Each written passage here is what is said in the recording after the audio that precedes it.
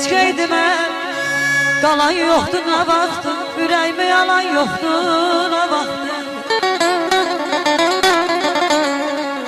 Göz yaşımı silən yoxdur nə vaxtın. Dağda qarım, dağda qarım, bağda barım. Hardasan şirin dilli vəfadarım, hardasan.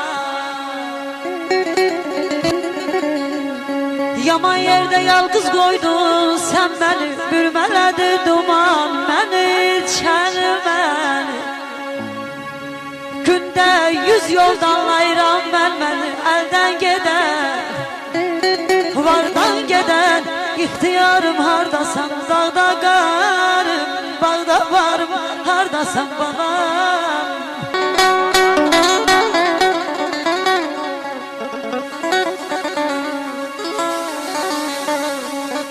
Tükürsəyəm güldən alır söz demə, həsrətindən düşüb cana köz demə.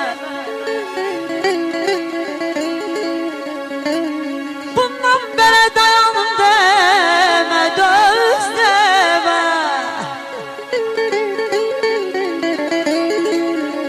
Bundan belə dayan demə, döz demə.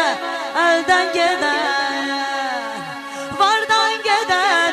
İxtiyarım hardasan, dağda qarım, bağda barım, hardasan.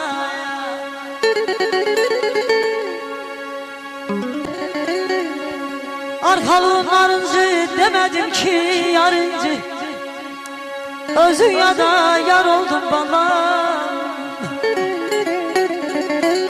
Özün ya da yar oldun, beni koydun zarın